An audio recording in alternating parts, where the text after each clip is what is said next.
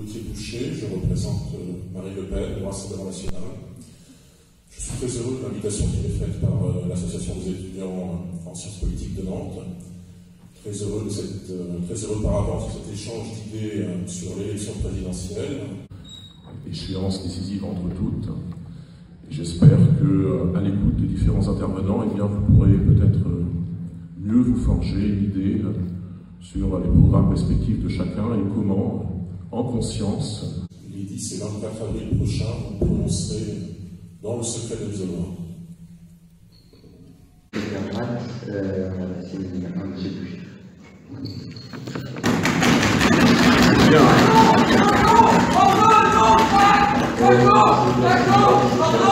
Pardon, s'il vous plaît, on demande le respect de chacun. Chacun ses idées, chacun ses opinions.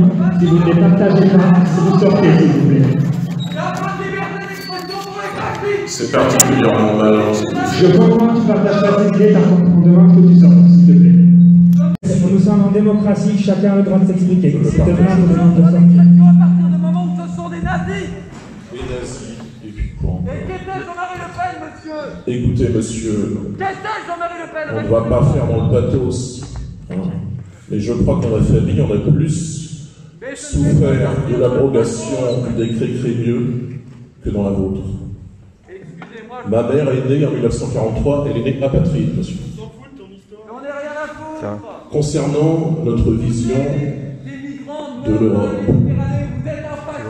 nous avons, je pense, deux options qui sont fondamentalement différentes. Vous êtes seul, on est tous... Si, monsieur, si vous n'êtes pas d'accord, s'il vous plaît, sortez, sinon on pourra Si vous ne sortir. voulez pas écouter, vous êtes libre de sortir, mais nous, on aimerait bien écouter. Donc vous êtes tout seul ici à faire chier tout le monde. Donc s'il vous plaît, dehors. On écoute tout le monde, on écoute les socialistes, on écoute les écolos, on écoute tout le monde, nous, parce qu'on est démocratique. Si vous ne voulez pas la démocratie, vous Et sortez. qui sont les fascistes? Ceux qui empêchent de parler? Ceux qui empêchent le débat sont les fascistes. Les fascistes sont ceux qui empêchent le débat. D'accord? Vous êtes la fasciste. Et voilà. Allez, c'est l'extrême gauche. Avec le pass sanitaire, on a vu passer sanitaire, on voit passer. Hop.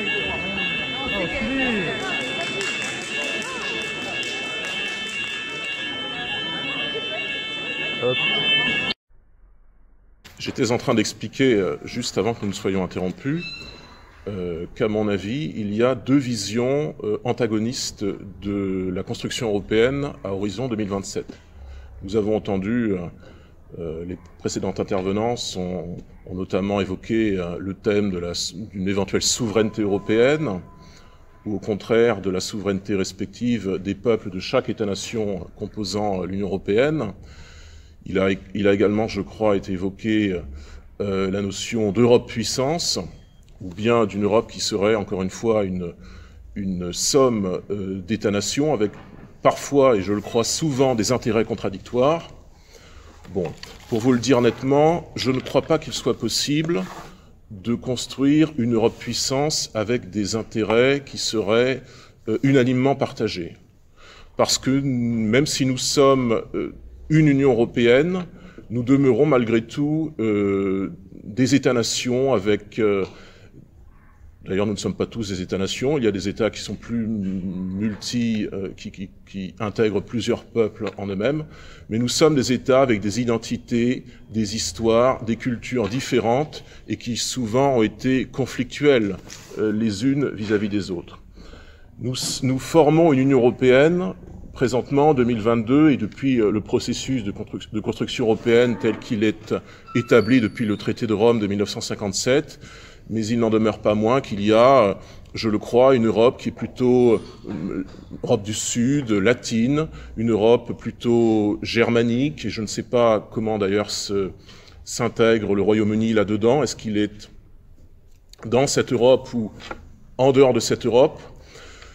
Bon, je ne crois pas que l'on puisse faire une Europe-puissance au seuil du XXIe siècle, même si il y aura à la fin de ce siècle, dans le siècle qui viendra, de grands pôles de puissance qui déjà existent avec les États-Unis qui sans doute auront décliné, une Chine qui deviendra je le pense, dans les années 2030, la première puissance économique, l'Inde qui sera le pays le plus peuplé. La logique voudrait que nous soyons une Europe puissance dans ce cas-là. Mais je ne pense pas que ce soit possible, car nous avons, encore une fois, cette contradiction de nos intérêts nationaux qui ne coïncident pas toujours les uns vis-à-vis des autres. Ce que je dis, bien sûr, ne concerne pas les très grands projets, les très grandes synergies, notamment industrielles, et je pense en particulier au spatial. Là, pour le coup, il y aurait, je pense, il serait pertinent d'agir, et nous agissons d'ores et déjà depuis des décennies avec l'Agence spatiale européenne, à un échelon européen, parce qu'il faut peser face principalement à la Russie, Roscosmos, et à la NASA et à l'agence chinoise. Mais au fond, je crois que ceux qui sont majoritairement centristes et libéraux nous parlent aujourd'hui d'Europe puissance, nous parlent de souveraineté européenne, méconnaissent profondément ce qu'est l'histoire de l'Europe et donc son avenir. Parce que si l'on veut penser et préparer l'avenir de l'Europe, encore faut-il connaître sa géographie, son histoire. Je crois que la triste actualité de ces derniers jours, depuis l'agression de M. Poutine et son invasion de l'Ukraine, nous rappelle combien il est important de connaître son histoire, de connaître sa géographie pour préparer l'avenir. Cela nous rappelle également combien les notions de frontières, les notions de souveraineté sont importantes et seront décisives dans les décennies à venir, quels que puissent être certains discours nous indiquant la fin des souverainetés, la fin des frontières. Je ne crois pas, pour ma part, qu'il existe une souveraineté européenne. Parce que pour qu'il existe une souveraineté européenne, il faudrait bien sûr qu'il y ait un peuple européen unique, qui n'existe aucunement. Nous sommes des peuples, encore une fois, différents par nos identités, nos cultures, notre histoire, nos langues. Nous n'avons pas forcément des intérêts communs. Aussi, l'Europe que je souhaite à long terme, j'ai parlé du seuil de ce siècle, ça peut paraître un peu abstrait, mais concrètement, à court terme, en 2027, ce sera une Europe qui quitte la logique de la supranationalité, qui quitte la logique de choses qui se décident à l'unanimité, à 27. Il nous faut, je pense, revenir à une Europe de concertation entre un petit nombre d'États-nations sur un certain nombre de projets. Il ne faut pas que l'Europe s'élargisse à tout crin. Je suis pour ma part défavorable, cela ne surprendra personne, je pense, à l'élargissement de l'Union européenne, à la Turquie, et je suis désolé de le dire, je suis également défavorable à l'élargissement à l'Ukraine, quelle que puisse être l'émotion que nous ressentons en voyant les images à la télévision de l'invasion de l'Ukraine. Je suis défavorable à cela. Je pense qu'il faut garder une Europe à 27 qui est déjà suffisamment difficile à gérer.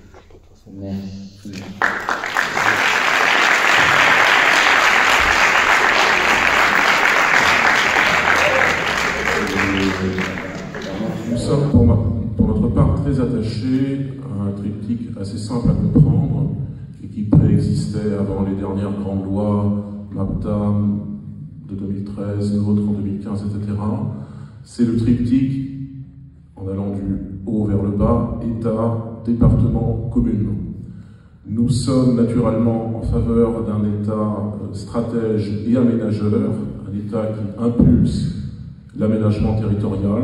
Nous sommes assez réticents vis-à-vis des derniers développements de la décentralisation. Il n'a pas été évoqué dans ce débat, par exemple, ce qui est devenu la loi 3DS, ancienne loi 4D, avec la possibilité, vous le savez peut-être, d'une différenciation des collectivités entre elles, d'un droit à l'expérimentation pour ces collectivités, avec en somme des compétences à la carte pour ces collectivités. Ce n'est pas tout à fait notre vision de l'aménagement territorial. Nous sommes très attachés à l'égalité territoriale en métropole et en outre-mer. S'agissant de l'outre-mer, d'ailleurs, nous sommes horrifiés quand nous entendons l'Union européenne nous expliquer que l'outre-mer serait les territoires d'outre-mer seraient des régions ultra-périphériques. Ce n'est pas notre conception. Nous sommes donc attachés à l'égalité territoriale en métropole, en outre-mer, Et à cet égard, lorsque nous observons les développements qui sont ceux depuis la loi MAPTAM de 2013 et 2014, vous le savez, cette création d'une douzaine de métropoles en France, et qui est censée, nous explique-t-on, contribuer à vitaliser les territoires, à les dynamiser sur le plan économique, sur le plan culturel. Non, nous avons davantage l'impression que cette loi MAPTAM et cette métropolisation à laquelle elle concourt sont plutôt de nature, certes, à renforcer les métropoles, à les ancrer dans la mondialisation en quelque sorte, mais cela concourt surtout à appauvrir, à assécher tout ce qui n'est pas dans cette douzaine de métropoles. Tout ce qui est naturellement la ruralité, les territoires périurbains. Nous sommes donc très réticents vis-à-vis de la loi MAPTAM, et nous abrogerons purement et simplement cette loi MAPTAM pour revenir à des métropoles qui seraient davantage des métropoles d'équilibre au sens où elles ont été initialement pensées au début des années 1970 par Olivier Guichard, c'est-à-dire à partir des chefs-lieux, des capitales régionales, faire des métropoles qui n'oublient pas les territoires ruraux qui les entourent, qui n'oublient pas qu'il est important d'avoir des industries dans la ruralité, qui n'oublient pas qu'il est important d'avoir des services publics, des équipements privés dans les villes moyennes, dans les chefs-lieux de canton. Nous ne sommes pas pour une France qui, en 2050, serait... Alors, ça ne serait plus Paris et le désert français, pour reprendre les propos de M. Gravier en 1947. Peut-être avez-vous lu ce livre assez pionnier sur la question de l'aménagement territorial. Paris et le désert français. Ce ne serait plus Paris et le désert français, mais les métropoles et le désert français, ça ne nous intéresse pas beaucoup plus. Nous voulons qu'il y ait de la vie économique, culturel, qu'il y ait un tissu de vie dans l'ensemble des communes françaises, des communes rurales, comme des chefs-lieux de canton, comme des chefs-lieux de département. Et nous sommes attachés à ce que les départements demeurent. C'est un débat qui n'existe plus tellement en ce moment, mais on avait, rappelez-vous, durant les années 2010, on avait cette petite musique à droite et aussi à gauche, est-ce qu'on ne ferait pas une fusion des départements et des régions? Monsieur Sarkozy avait proposé, rappelez-vous, c'était je crois en 2009 ou 2010, un conseiller territorial, une fusion des conseils, des anciens conseils généraux, actuels conseils départementaux et des conseils régionaux. On était en train de nous expliquer que le département, qui est tout de même un legs de la Révolution française, bien que factuellement les départements aient été créés sous la monarchie constitutionnelle en 1790, enfin, le département, c'est tout de même un legs de la Révolution française. C'est tout de même un symbole de la République française. On nous expliquait que les départements, ça n'était plus si important qu'il fallait passer à des méga-régions dont nous ne voyons pas très bien l'identité pour certaines. Eh bien, pour résumer en quelques mots notre vision, nous sommes encore une fois attachés au triptyque commune, département, État. Je ne pense pas que l'on puisse techniquement démanteler les 13 nouvelles régions, ni même qu'il soit politiquement souhaitable de le faire. Mais il serait sans doute nécessaire que ces régions perdent un certain nombre de leurs compétences et que les départements, au contraire, en gagnent, qu'ils soient renforcés dans leurs compétences actuelles d'action sanitaire et sociale, qu'ils gagnent des compétences pour qu'ils redeviennent ces échelons de proximité qu'ils n'auraient au fond jamais dû cesser d'être. Merci beaucoup pour votre... Juste avant de venir sur l'avenir de l'université, quelques mots sur les conditions de vie étudiante qui ont été évoquées par différents représentants de candidats. Je suis d'avis qu'il faut faire un effort significatif dans la construction de logements étudiants. Nous proposons pour notre part la construction de 100 000 logements entre 2022 et 2027, parce que nous voyons bien, notamment dans les plus grandes villes, et Nantes n'est pas épargnée, la prolifération d'un certain nombre de logements avec des loyers très élevés, qui ne sont pas toujours des logements adaptés à la vie étudiante. ça ne participe pas naturellement d'un bon cadre d'études, ça ne participe pas d'une réussite de ces études. Je ne suis pas pour ma part favorable à un revenu de base ou un revenu universel. Je pense que c'est une fausse bonne idée. À vrai dire, je ne sais même pas si c'est une bonne idée, je ne pense pas. Je suis tout à fait défavorable à cela. L'avenir de l'université française, c'est, je pense, ne pas concevoir qu'à la sortie du baccalauréat, on doit automatiquement être versé dans des études à l'université. Bien sûr, c'est une chance d'aller à l'université, mais tous les élèves du secondaire ne sont pas nécessairement faits pour cela, je pense.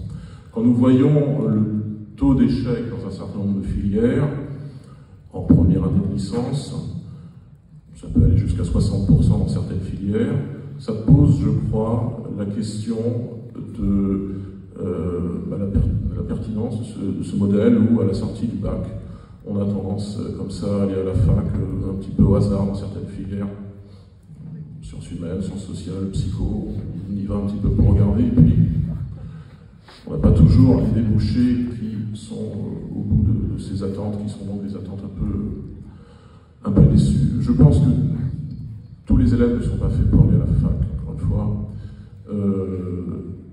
Certains élèves peuvent très bien être des apprentis très tôt, mais la question de l'apprentissage, à mon avis, mérite d'être posée à partir de 14 ans, pour ceux qui le souhaitent.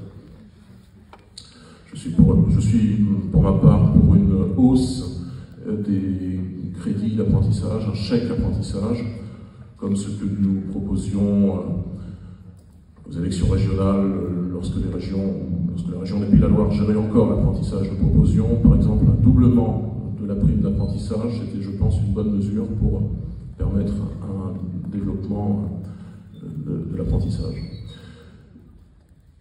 Et puis, concernant l'université, je suis toujours un peu surpris de cette tendance qu'il y a à vouloir la calquer sur un certain nombre de modèles qui ne sont pas forcément des modèles français, qui ne sont pas forcément des modèles de la méritocratie française, et notamment les calquer sur un certain nombre de modèles américains. Mais ce que je dis sur l'université, ça peut valoir pour d'autres choses. Quand je pense par exemple à certains concours administratifs, l'ENA, pour ne pas le citer, qui a rendu optionnel l'histoire et qui rend obligatoire l'anglais, et qui, je crois, a une option de management. Bon, ça pose une certaine vision de ce que sont devenus nos concours administratifs, de ce qu'est devenue la méritocratie républicaine. Ça n'est pas ma vision des choses, et il me semble que si l'on voulait détruire la notion même de méritocratie et créer de la technocratie, on ne s'y prendrait pas autrement. Voilà, je pense que ça ne surprendra personne. L'université doit être un sanctuaire pour l'enseignement et qu'elle doit être, je ne vais pas dire dépolitisée, mais la politique n'a pas vraiment sa place. Et les interventions un peu, comment dirais-je, intempestives de tout à l'heure tendent à me conforter dans mon idée que la politique n'a pas sa place à l'université.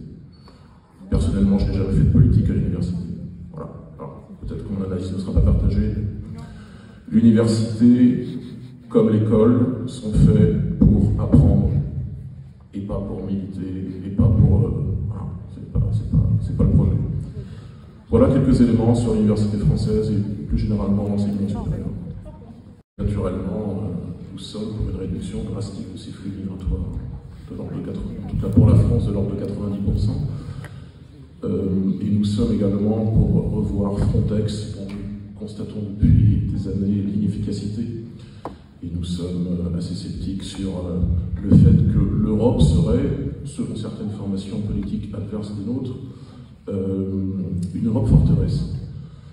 Nous constatons plutôt qu'il s'agit d'une Europe passoire. Enfin, quand on voit un certain nombre de crises qu'il y a eu durant les années 2010, après la guerre civile en Libye, après la guerre civile en Syrie, et l'arrivée d'un certain nombre de flux migratoires qui qui ont été accueillis anarchiquement, qu'on nous a imposés. Bon, on ne peut pas considérer raisonnablement que l'Europe est une Europe forteresse. Il faut que ces flux se tarissent, et si nous voulons qu'il y ait demain des États africains qui soient autre chose que des États faillis, soumis à la puissance du néolibéralisme, soumis à la puissance de groupes pétroliers, soumis à la puissance de potentats, eh bien, il faut tout de même que ces populations puissent se développer chez elles, puissent électrifier leurs communes, puissent conserver des médecins, des ingénieurs, des services publics, une médecine, puissent conserver un embryon d'État. Et si constamment ces populations migrent vers l'Europe, vers des pays qui ont une protection sociale intéressante, non seulement nous considérons que cela nuira aux pays qui les accueillent, c'est-à-dire nous, mais cela nuira sans doute, et même, je pense encore plus, aux pays d'origine. Merci, monsieur. Oui, juste brièvement pour réagir à l'intervention du monsieur qui parlait à juste titre de son indignation sur le fait que le drapeau européen avait été suspendu, avait été placé sous l'arc de triomphe. C'est une indignation que je partage moi-même et qui, je crois, est celle de beaucoup de Français. Je suis persuadé que c'était la chose à ne pas faire. Je suis moins persuadé, en revanche, du bilan de la Commission nationale du débat public, du bilan du grand débat qu'il y a eu en 2019. Je suis assez peu persuadé du fait que les pouvoirs publics aient réellement entendu et réellement lu ce qu'il y avait dans les centaines de milliers de cahiers de doléances qui ont été écrits, disposés, présentés lors des débats publics dans les mairies. Lorsque nous voyons un certain nombre de problèmes qui ont été soulevés sur les ronds-points en 2018-2019, ces problèmes ont-ils réellement été résolus sous le quinquennat d'Emmanuel Macron? Est-ce que nous payons aujourd'hui une énergie, et très prosaïquement, est-ce que lorsque nous mettons, lorsque nous faisons notre plein d'essence, est-ce que notre essence est moins chère aujourd'hui? Alors on peut penser que c'est un petit enjeu. Tout à l'heure on parlait de politique internationale, et là on parle de prix à la pompe. Ce ne sont pas des enjeux qui sont dissociés.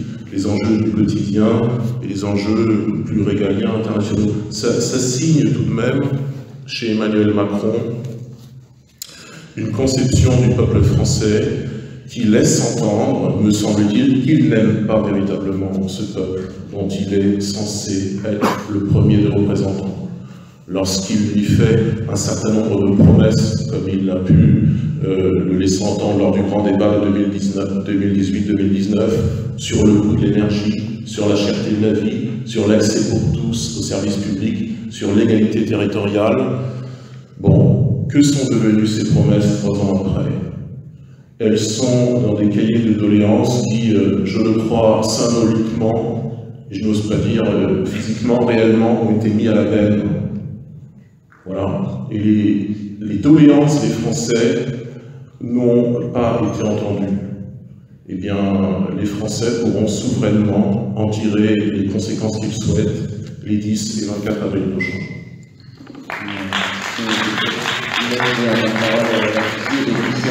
Merci.